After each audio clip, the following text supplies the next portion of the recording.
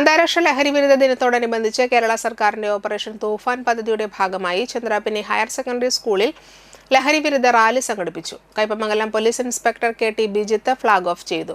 PTA president AV Pradeep Lal അധ്യക്ഷനായി. ഗ്രാമപഞ്ചായത്ത് vice president TK Chandrababu മുഖ്യാതിഥിയായി.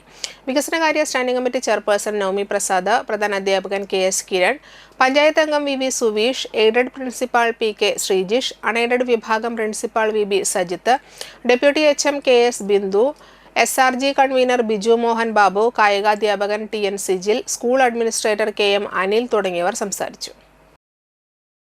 കഴിഞ്ഞ കുറേ ദിവസങ്ങളായിട്ട് കഴിഞ്ഞ ദിവസം ഒരു 22-ാം തീയതി കേസ് പിടിച്ചപ്പോൾ ആ വീട്ടിൽ നിന്ന് 16 വയസ്സുള്ള കുട്ടിയെ കിട്ടിയിട്ടുണ്ട്.